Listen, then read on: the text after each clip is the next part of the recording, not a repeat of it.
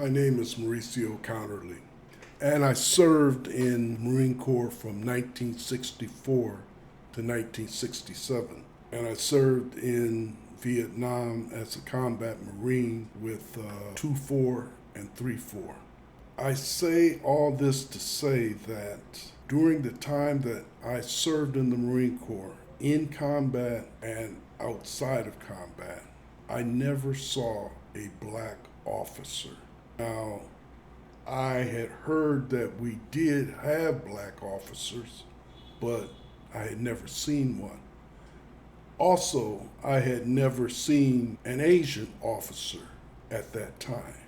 I note this to say that over the years since I left the Marine Corps, it is not uncommon to see black officers, to see Asian officers, Hispanics, women, so on and so forth.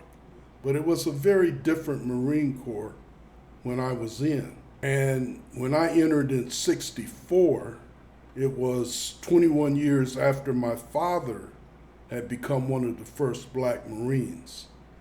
And there had been some progress, but still the Marines remained what it has traditionally been, a redneck organization.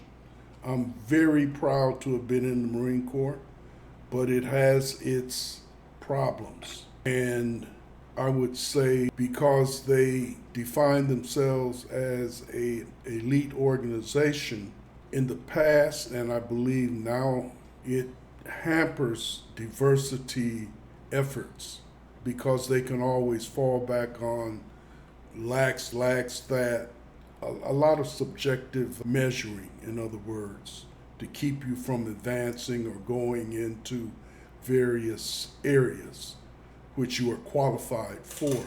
At this present time, I have a cousin who retired as a sergeant major, Brett Coney. Shout out to Brett Coney and there are other sergeant majors that were black that came after my departure from the Marine Corps. I'm saying that right now I fear that President Trump and Secretary of War Pete Hegseth want to return to what they consider the good old days.